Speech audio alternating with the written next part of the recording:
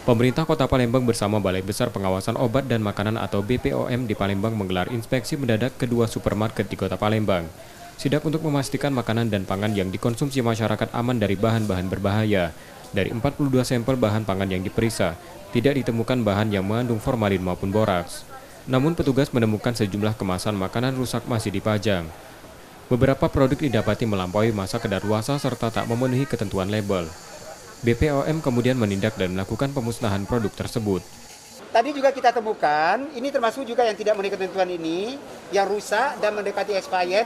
Mendekati expired sepanjang labelnya bagus, sepanjang kemasannya masih oke, itu tidak masalah. Tapi yang kita finding tadi adalah, kita temukan beberapa produk yang sudah penyok, yang sudah labelnya udah enggak karu-karuan. Makanya tadi kita sudah sepakat dengan pemilik untuk segera kita lakukan pemusnahan.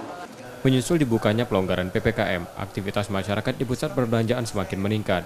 Karenanya ke depan sidak akan terus dilakukan spontan, memastikan keamanan masyarakat dari peredaran pangan dengan bahan berbahaya di pasaran. M. Rizky Nurmizan, Kompas TV, Palembang, Sumatera Selatan.